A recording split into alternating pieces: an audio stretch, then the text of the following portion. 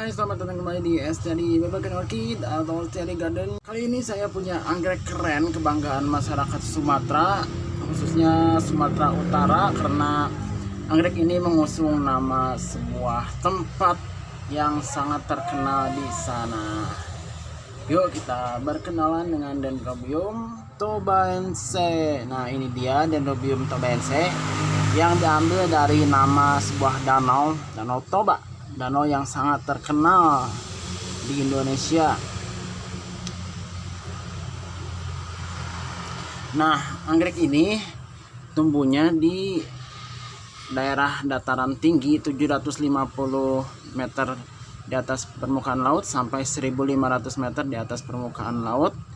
Jadi ini agak-agak susah di dataran menengah ke bawah, termasuk saya yang benar-benar kesulitan untuk menanamnya. Ini benar-benar sulit ya, sangat sulit. Saya sudah 2 kali menanam, cuman setahun, dua-duanya kurang lebih setahun, cuman sampai bertunas, boro-boro sampai berbunga kayak gini loh. Tapi sekarang kok bisa berbunga ya? Nantilah ya, rahasianya diungkap di akhir nanti. Oke. Jadi ini anggrek bunganya tuh besar banget, 7,5 cm. Besar ya, gede, tapi bunganya ini satu-satu. Bunganya cuma satu-satu, tapi banyak nanti juga di setiap buku-bukunya itu, di sela-selanya nanti akan keluar bunga. Nah, ini juga dulu udah pernah berbunga dan ini kedua, dan nanti bisa lagi di sela-sela buku yang lain nanti ya, kalau mudah-mudahan hidup ya. Mudah-mudahan bisa berlanjut tumbuh dengan baik di sini. Bunganya ini benar-benar luar biasa, benar-benar menggoda ya. Wah, ini lihat, bagian sepal dorsal sama lateralnya gede, bagian dalamnya gede, tapi ujungnya mengerucut. Seperti lipnya juga ini ujungnya mengerucut ya, jadi kayak bulat, jadi kayak membulat, tapi ini sebenarnya mengerucut ke bawah jadi tebal kayak gini. Dan ini bunganya waxy juga, mengkilap kayak mengandung lilin gini ya.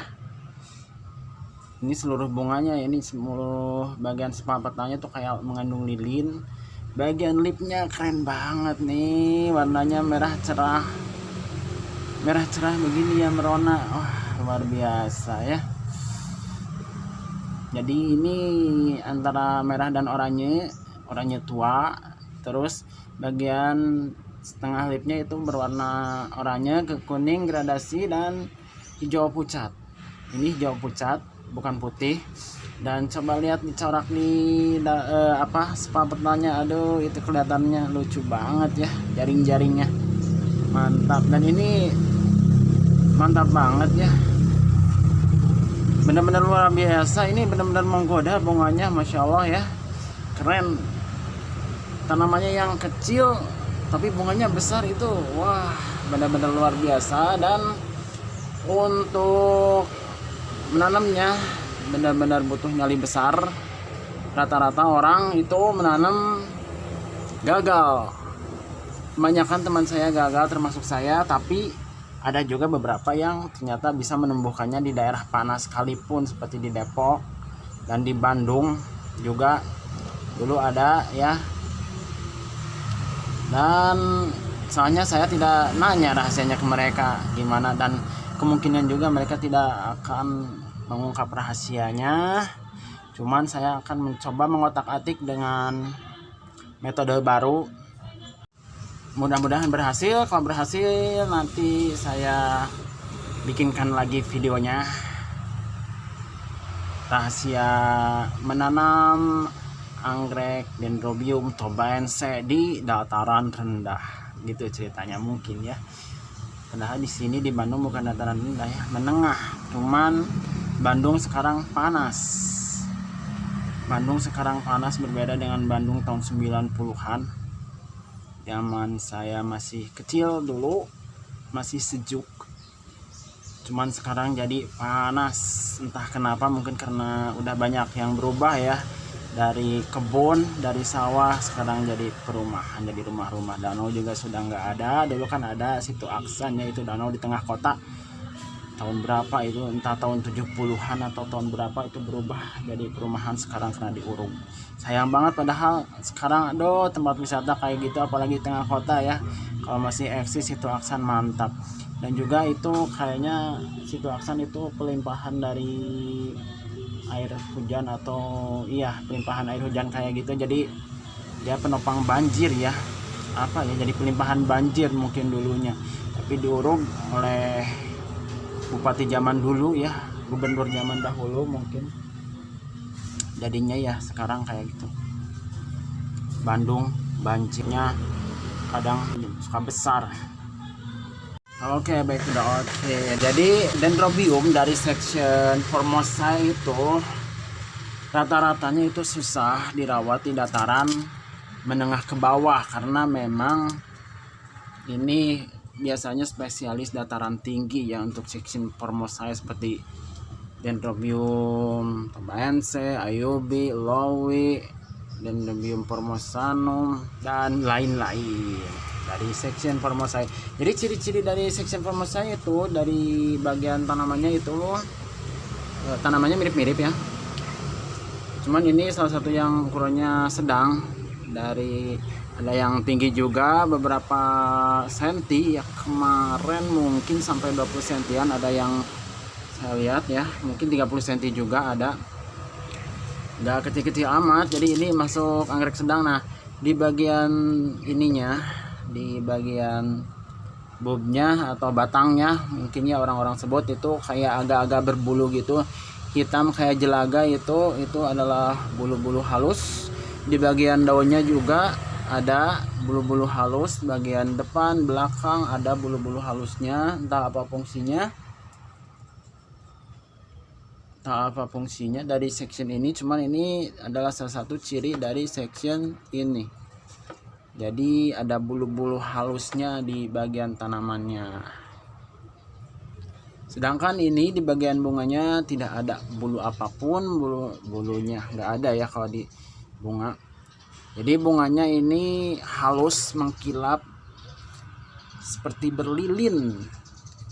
Ini cocok banget ya untuk dataran tinggi, sesuai banget dengan dataran tinggi, karena mungkin tempatnya yang agak-agak basah berkabut, jadi lilin-lilin ini sebagai perlindungan biar tanaman tidak membusuk, biar tanaman tidak basah terus. Masya Allah ya. Dan lipnya keren banget, coba lihat, aduh keren nih, luar biasa. Aduh, kita pakai lampu. Nah, bagian ribsnya ini, ribsnya gede ya, ngejendol. Tonjolan ribsnya itu gede-gede ya. Nah, bagian ini nih, ini bagian yang ini nih, jendul-jendul ini kayak layer-layer gitu ya kalau di Dendrobium tobaense. Jadi gede banget layer-layernya, bukan hanya garis tapi memang kayak layer gini, kayak insang ya. Kalau ikan ya mungkin mirip-mirip insang kayak gitu, tapi nggak kayak insang banget. Nah, di bagian ujung-ujung ribsnya itu berwarna merah cerah, dan di bagian ujungnya ini jadi seperti bulu-bulu ya, jadi kayak duri, bukan bulu, atau mungkin ya duri. Nah, ke bagian ujung jadi mirip apa ya ini, ujung pancingan ya, mancing ikan, mentang-mentang dekat danau ya, mancing.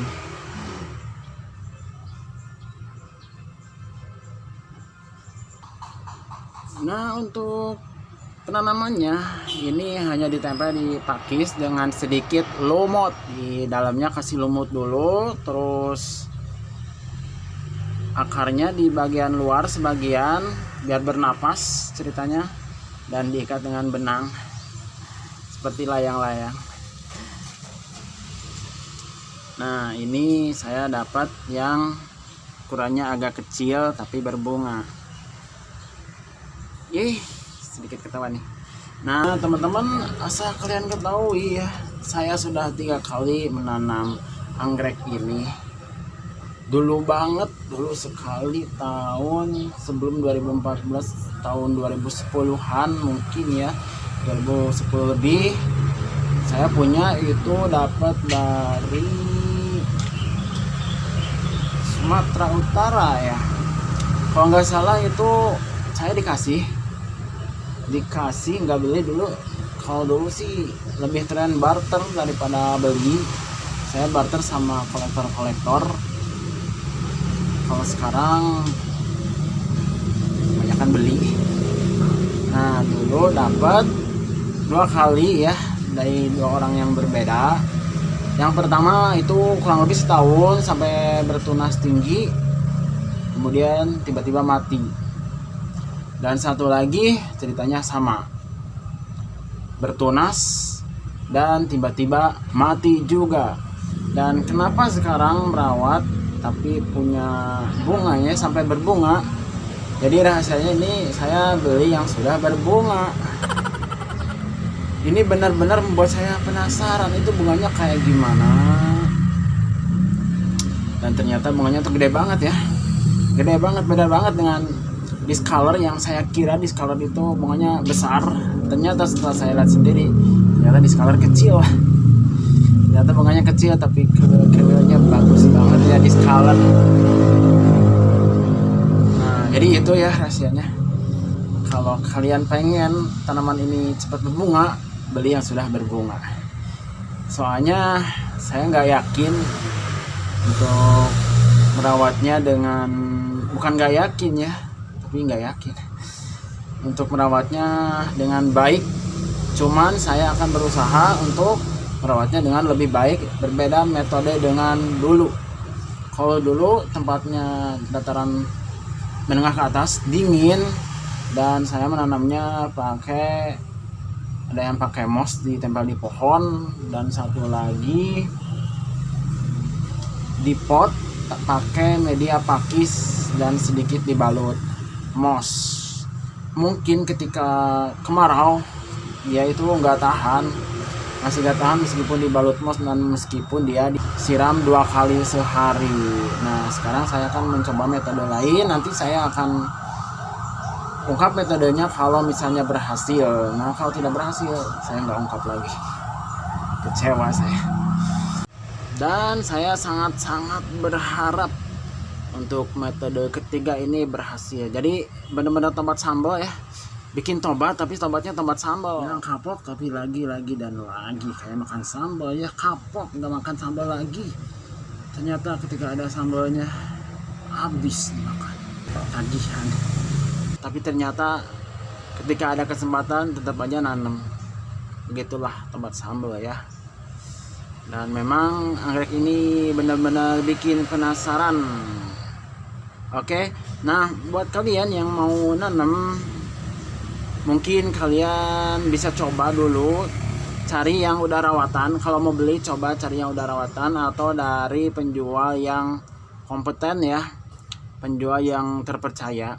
Kalian bisa coba dan tanya-tanya juga ke penjual, ke nursery. Biasanya kalau nursery itu tahu ya kalau mereka berhasil. Itu coba aja kalian tanya bagaimana metode mereka menanamnya, atau karena tangan mereka dingin, apakah karena mereka bertangan dingin atau punya metode khusus ya. Bertangan dingin itu sebenarnya cuma istilah, tapi entah kenapa memang ya orang-orang yang disebut bertangan dingin itu nanam tanaman yang orang lain itu susah, orang tersebut cuma ditempel doang atau digimanain doang itu bisa tumbuh dengan subur ya, kayak gitu.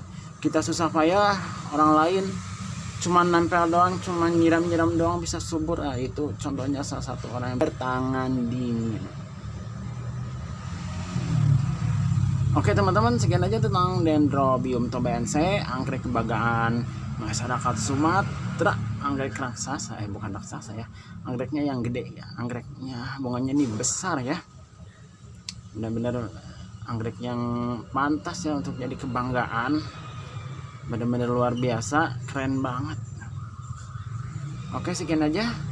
Semoga bermanfaat buat kalian. Jangan lupa like, share, and subscribe. Sampai jumpa di video selanjutnya.